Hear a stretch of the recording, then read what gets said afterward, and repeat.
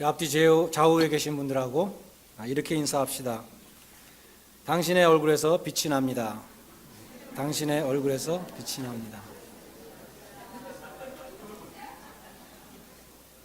왜 그런 인사를 했는지는 여러분이 설교를 끝까지 잘 들으시면 알 수 있습니다.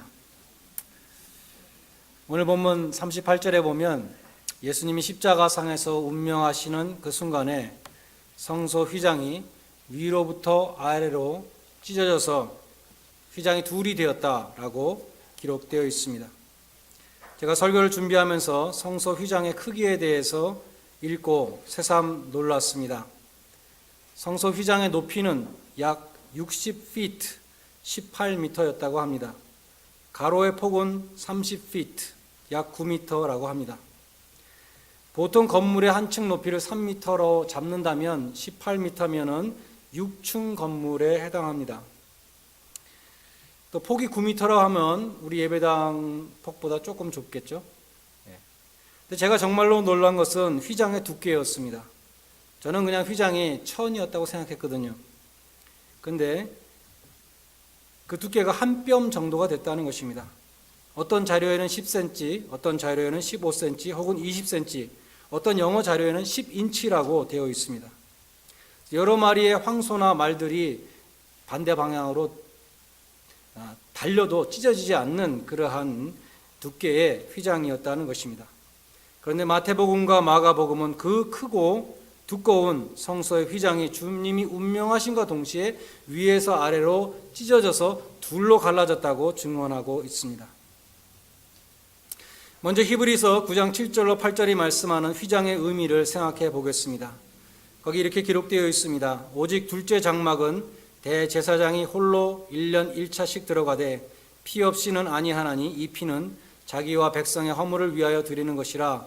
성령이 이로써 보이신 것은 첫 장막이 서 있을 동안에 지성소에 들어가는 길이 아직 나타나지 아니한 것이라.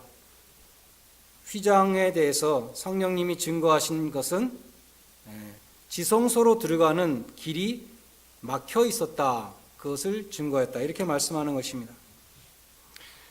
첫 장막은 성소고 둘째 장막은 지성소입니다. 광야에서는 이동식 텐트 성소였죠. 그 이동식 텐트의 성소에도 휘장이 있었지만 그렇게 크지 않았겠죠. 18m나 되고 예루살렘 웅장한 성전에 있었던 그 휘장과 달랐을 것입니다. 작은 휘장이었겠지만 그러나 텐트 휘장이나 성전의 휘장이나 그 신학적인 의미는 같았습니다. 곧 휘장이라는 것은 성소와 지성소를 가르는 커튼이었습니다. 이 커튼은 성소에서 지성소로 들어가는 길을 막고 있었습니다. 말하자면 출입 금지라고 써 있는 것이죠. 아무도 들어올 수 없다. 1년에 딱 한 번 대제사장만 들어올 수 있다. 그런 뜻이었습니다. 지성소는 하나님이 거하시는 곳이었습니다. 그 하나님의 거룩한 존전에 죄인은 접근할 수가 없다는 것입니다. 특별히 하나님은 지성소 안에 속죄소 위에 거하신다고 성경은 말씀합니다. 레위기 16장 1절로 2절에 보면 그런 말씀이 있습니다. 아론의 두 아들이 지성소에 들어갔다가 죽었습니다.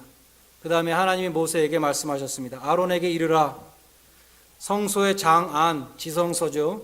지성소 법궤 위 속죄소 앞에 무시로 들어오지 말아서 사망을 면하라. 그렇게 말씀했습니다. 속죄소는 시은좌, 은혜의 보좌, 영어로 mercy seat라고도 불립니다. 이것은 속죄소는 지성소 안에 안치되어 있던 법궤, 언약궤 혹은 증거궤, 이 궤 뚜껑을 덮은 금판, 거기를 속죄소 혹은 시은자라고 불렀습니다. 1년에 한 번 대속죄일, 오늘날도 유대인들이 열심히 지키는 욤 키퍼, 이 대속죄일에 대제사장이 속죄의 피를 가지고 들어가서 그 속죄소 위에 피를 뿌렸던 것입니다. 그 속죄의 피가 법궤를 덮었습니다. 여러분, 법궤 안에 혹은 언약궤 안에 무엇이 들어있었는지 그 세 가지에 대해서 잘 알고 있을 것입니다.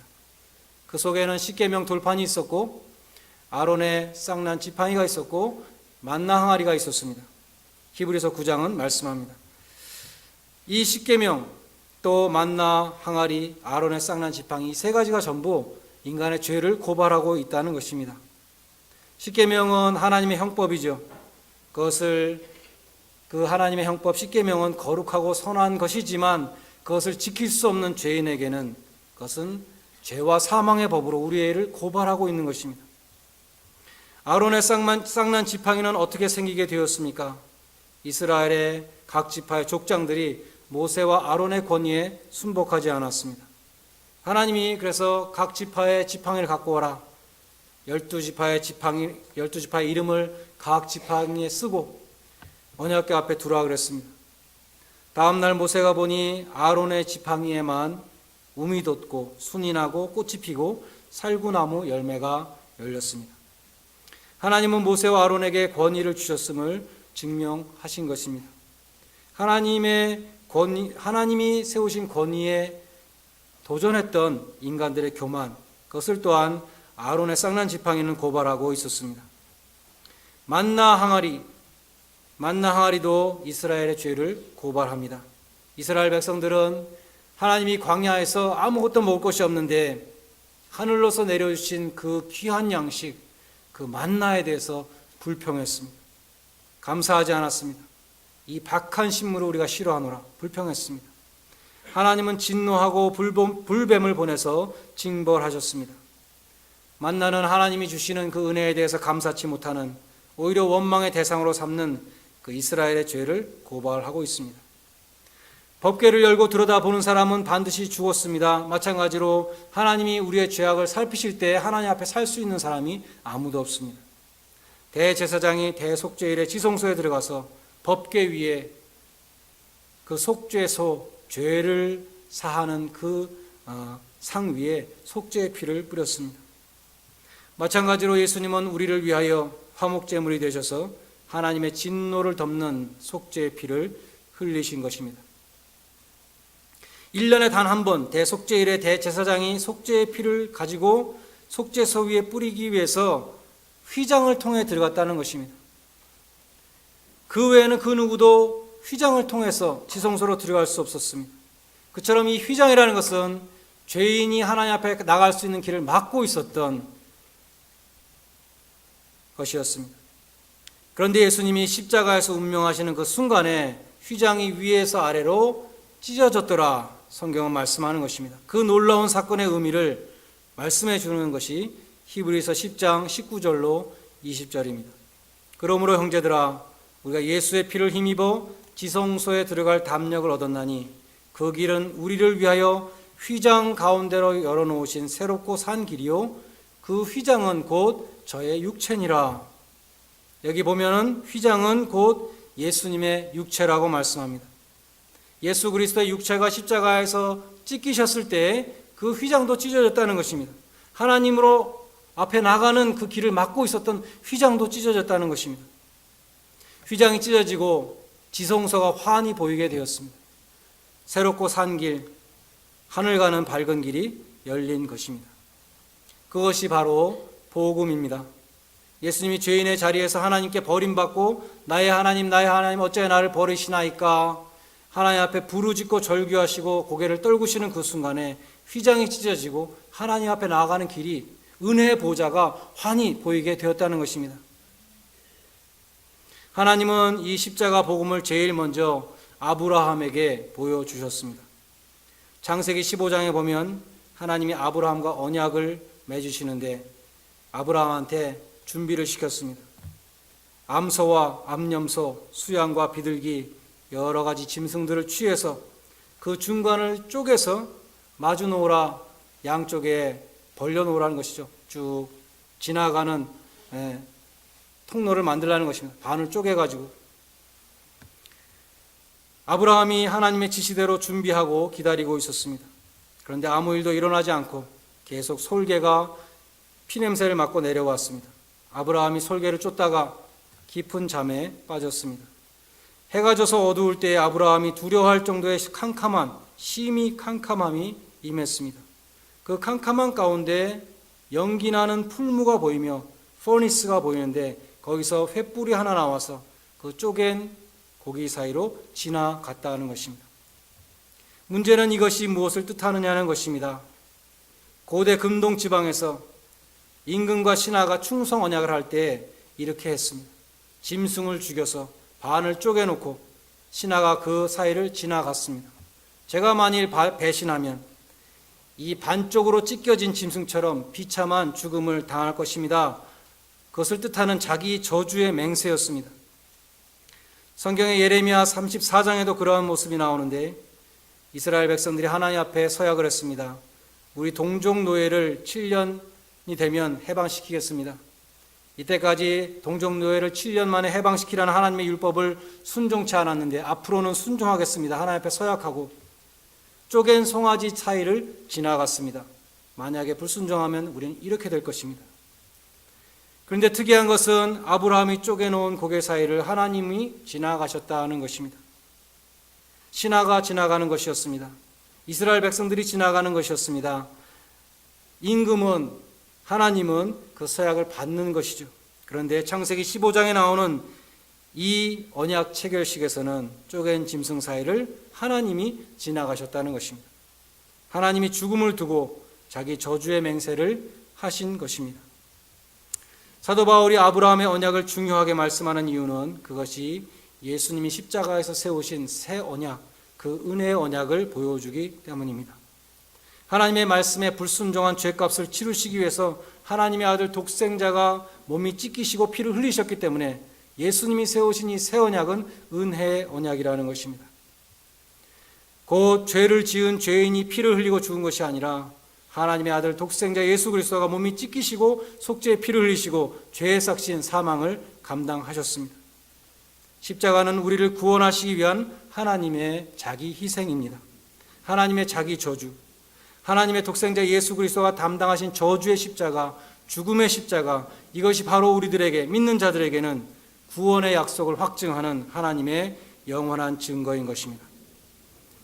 지성소에는 대제사장이 1년에 한 번 대속죄일에만 들어갈 수 있었습니다. 언약궤 위에 속죄소라는 그 판이 있었는데 그 판으로부터 양 끝에서부터 조각을 만들려고 그랬습니다. 그룹을 만들려고 그랬는데 천사의 형상을 만들었습니다.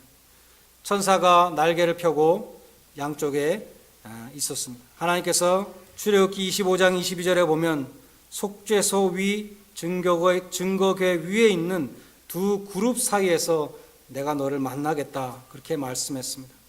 그곳이 바로 시은좌라는 것입니다. 은혜를 베풀어 주시는 보좌, mercy seat라는 것입니다. 히브리서 4장 16절에 은혜의 보좌라는 구절이 나옵니다. 그러므로 우리가 긍휼하심을 받고 때를 따라 돕는 은혜를 얻기 위하여 은혜의 보좌 앞에 담대히 나아갈 것이니라. 은혜의 보좌 앞에는 대제사장이 1년에 한 번 휘장을 통해서 들어갈 수밖에 없었던, 그 외에는 아무도 들어갈 수 없었던 그 은혜의 보좌 앞에 우리가 예수의 피를 힘입어 담대히 나아간다고 성경은 말씀하는 것입니다. 감히 대제사장이 아니고는 아무도 가까이 하지 못했던 지성소에 우리는 예수의 피를 힘입어 담대히 들어갈 수 있다는 말씀입니다. 1년에 한 번이 아니라 언제든지 우리는 은혜의 보좌 앞에 나아갈 수 있습니다. 주님이 흘리신 속죄의 피는 영원히 유효하기 때문에 우리는 날마다 하나님 앞에 나아가며 하나님께서 부어주시는 성령의 능력과 사랑과 기도의 응답을 날마다 체험할 수 있게 되었습니다. 휘장은 위에서 아래로 찢어졌습니다. 하나님이 찢으신 것입니다. 하나님이 여신 것을 다시 닫을 수 있는 사람은 아무도 없습니다. 하나님 앞으로 나아가고 있던 그 길을 막고 있던 휘장이 찢어졌기 때문에 우리는 시시때때로 은혜의 보좌 앞에 나아갈 수 있게 되었습니다. 때를 따라 돕는 은혜를 받을 수 있게 되었습니다. 예수 그리스도의 피를 힘입어 오늘도 담대히 나갈 수 있고 우리의 사정을 아뢰며 하나님과 교제할 수 있게 된 것입니다. 이 찢어진 휘장은 십자가 상에서 주님이 속죄 제사를 드릴 때에 하나님께서 응답하신 것이었습니다. 하나님은 예수님이 세례를 받으실 때에 이는 내 사랑하는 아들이요 내 기뻐하는 자라 그렇게 말씀했습니다. 예수님이 영광스러운 그 형체로 변형됐던 그 변화산에서도 하나님이 말씀하셨습니다. 이는 내 사랑하는 아들이요 내 기뻐하는 자니 너희는 저의 말을 들으라. 그러나 예수님이 십자가상에서 속죄의 제사를 드릴 때에는 하나님이 아무런 말씀이 없었습니다. 예수님은 애타게 하나님을 불렀습니다. 나의 하나님, 나의 하나님, 왜 나를 버리십니까? 주님이 그처럼 고통 중에 부르짖을 때에도 하나님은 침묵하셨습니다. 그러나 예수님이 십자가에서 운명하실 때에 어두움이 임하고 성서의 휘장이 위에서 아래로 찢어졌다는 것입니다. 아브라함에게 보여주셨던 그 십자가, 어두움이 임하고 쪼갠 고기 사이로 하나님이 지나가신 그 사건이 일어난 것입니다. 휘장은 곧 저의 육체니라. 주님의 몸이 찢어지심으로 성서의 휘장이 찢어진 것입니다.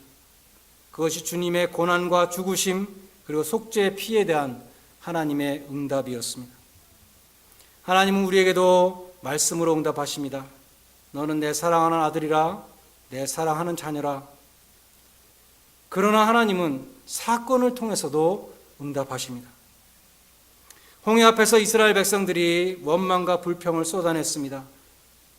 앞에 홍해가 가로막고 있는데 이제 뒤에서 애굽 사람들이 쫓아오는데 우리를 여기서 죽이려고 여기까지 끌고 왔느냐.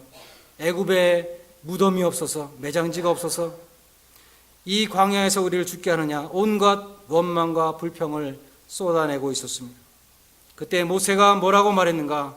너희는 가만히 서서 하나님의 구원을 보라고 외쳤습니다. 하나님의 구원은 사건을 통해서 이루어집니다. 인간의 힘으로 하나님 보좌에 나갈 수 없었기 때문에 주님께서 속죄의 피를 흘리심으로 지성소를 가리고 있던 휘장이 찢어지는 사건이 일어났습니다. 인간의 힘으로 앞에 막힌 그 홍해를 어찌할 수 없었기 때문에 거기에 하나님이 새롭고 산 길을 내시는 것입니다. 우리가 좋아하는 복음송 가사가 있죠. God will make a way when there seems to be no way. 우리 눈에는 길이 없는 것 같은데, 길이 전혀 안 보이는데 하나님은 그런 곳에서 길을 여십니다. 그것이 하나님의 응답인 것입니다. 앞길이 보이지 않을 때마다 자기 몸을 버리심으로 하나님의 보호자 앞에 나가는 길을 여셨던 그 구속의 사건을 상고할 수 있기를 바랍니다. 하나님은 말씀으로도 응답하시지만 구원의 사건을 통해서 또한 응답하십니다. 마지막으로 창세기 34장 35절에 보면 하나님과 시내산에 올라가서 대면하고 내려왔던 이 모세의 얼굴에 광채가 났습니다. 그래서 모세가 수건으로 얼굴을 가렸다. 그렇게 기록되어 있습니다. 바울은 그것에 대해서 고린도후서 3장 18절에서 이렇게 말씀합니다. 우리가 다 수건을 벗은 얼굴로 거울을 보는 것 같이 주의 영광을 보매 저와 같은 형상으로 화하여 영광에서 영광에 이르니 곧 주의 영으로 말미암음이니라. 공동 번역으로 읽으면 좀 더 잘 이해가 됩니다. 우리는 모두 너울을 벗어버리고 주님의 영광을 바라봅니다. 이렇게 해서 우리는 주님과 같은 모습으로 변화하여 점점 더 큰 영광에 이르게 됩니다. 이것은 영이신 주께서 하시는 일입니다. 모세가 하나님을 대면한 후에 얼굴에서 광채가 났습니다. 하나님의 영광을 보았기 때문입니다. 마찬가지로 예수의 피를 힘입어 은혜의 보호자 앞에 나가는 사람은 곧 말씀과 기도 가운데 찬양과 예배 가운데 주님을 대면하는 사람, 주님의 영광을 바라보는 사람은 주님과 같은 영광된 모습으로 점점 변화되어 간다 말씀하는 것입니다. 그래야 빛을 발하는 사람, 어두운 세상에 빛을 비추는 크리스찬이 된다는 것입니다. 뉴햄프셔의 화이트 마운틴에 유명한 프랭코니아 나치가 있습니다. 우리 교회가 10월 달에 컬럼버스 데이에 가던 곳인데 작년에도 가려다가 코치버스가 다 예약되어서 못 갔죠. 올해는 일찍 예약을 해서 가려고 그렇게 생각을 하고 있습니다. 전에 거기에 가면 큰 바위 얼굴을 바라보는 전망대가 있었습니다. Old Man of the Mountain이라고 불리는 그 큰 바위 얼굴이 있었죠. 뉴햄프셔의 자동차 번호판에 그려져 있는 그 얼굴입니다. 그런데 그것이 애석하게도 2003년에 무너져 내렸습니다. 그러니까 지금은 없어져 버렸죠. 나다니엘 호톤이라는 작가가 거기서 The Legend of the Great Stone Face라는 그 작품의 영감을 얻었다고 합니다. 여러분 그 이야기를 익히 들어서 잘 알고 있을 것입니다. 어니스트라는 소년이 있었는데 계곡에서 살고 있었습니다. 계곡에 있는 마을에서 살면서 그 큰 바의 얼굴을 날마다 바라보았다는 것이죠. 소년의 어머니가 말하기를 큰 바의 얼굴과 닮은 사람이 언젠가는 우리 마을에 와서 우리 마을을 잘 살게 해줄 것이다. 다스리고 통치하고 잘 가르칠 것이다. 그렇게 말해 주었습니다. 세월이 지나면서 온갖 종류의 위인들이 마을을 방문했지만 큰 바의 얼굴을 닮은 사람은 아무도 없었습니다. 어느덧 이 오니스트라는 소년도 노년이 되었지만 어머니의 말씀은 이루어지지 않았습니다. 마침내 유명한 시인이 마을을 방문해서 이 어니스트가 이 노인이 사람들에게 가르치고 있는 모습을 보았습니다. 그 시인은 그 어니스트의 얼굴에서 큰 바의 얼굴을 보았습니다. 너무나 닮았다는 것입니다. 이 어니스트는 오랜 세월 동안에 큰 바의 얼굴을 날마다 바라보면서 사는 가운데 바로 그 형상을 닮아가는 존귀한 노인으로 변화되어 갔다는 것입니다. 여러분도 보혈을 지나 아버지 앞으로 은혜의 보좌 앞으로 담대히 나아가시기를 바랍니다. 날마다 빛 대신 하나님 앞에 나아가시기를 바랍니다. 무시로 기도의 제단을 쌓으시기를 바랍니다. 그처럼 말씀과 기도로 하나님과 대면하시는 가운데 자신도 모르는 가운데 우리는 예수 그리스도의 형상으로 변화되어 간다는 것입니다. 모세와 같이 주님의 영광을 드러내는 사람, 어두운 세상에 빛을 비추는 사람이 될 것입니다. 하나님은 제사장에게 이렇게 축복하라. 대제사장의 축복문을 모세에게 말씀하셨습니다. 이렇게 축복하라 그랬습니다. 여호와는 그 얼굴로 내게 비추사 은혜 베푸시기를 원하며 여호와는 그 얼굴을 너를 향하여 드사 평강 주시기를 원하노라. 보호자 앞에 나아가 하나님의 얼굴을 구하는 여러분에게 하나님의 크신 은혜와 평강이 충만히 임하시기를 간절히 축원드립니다. 기도하겠습니다.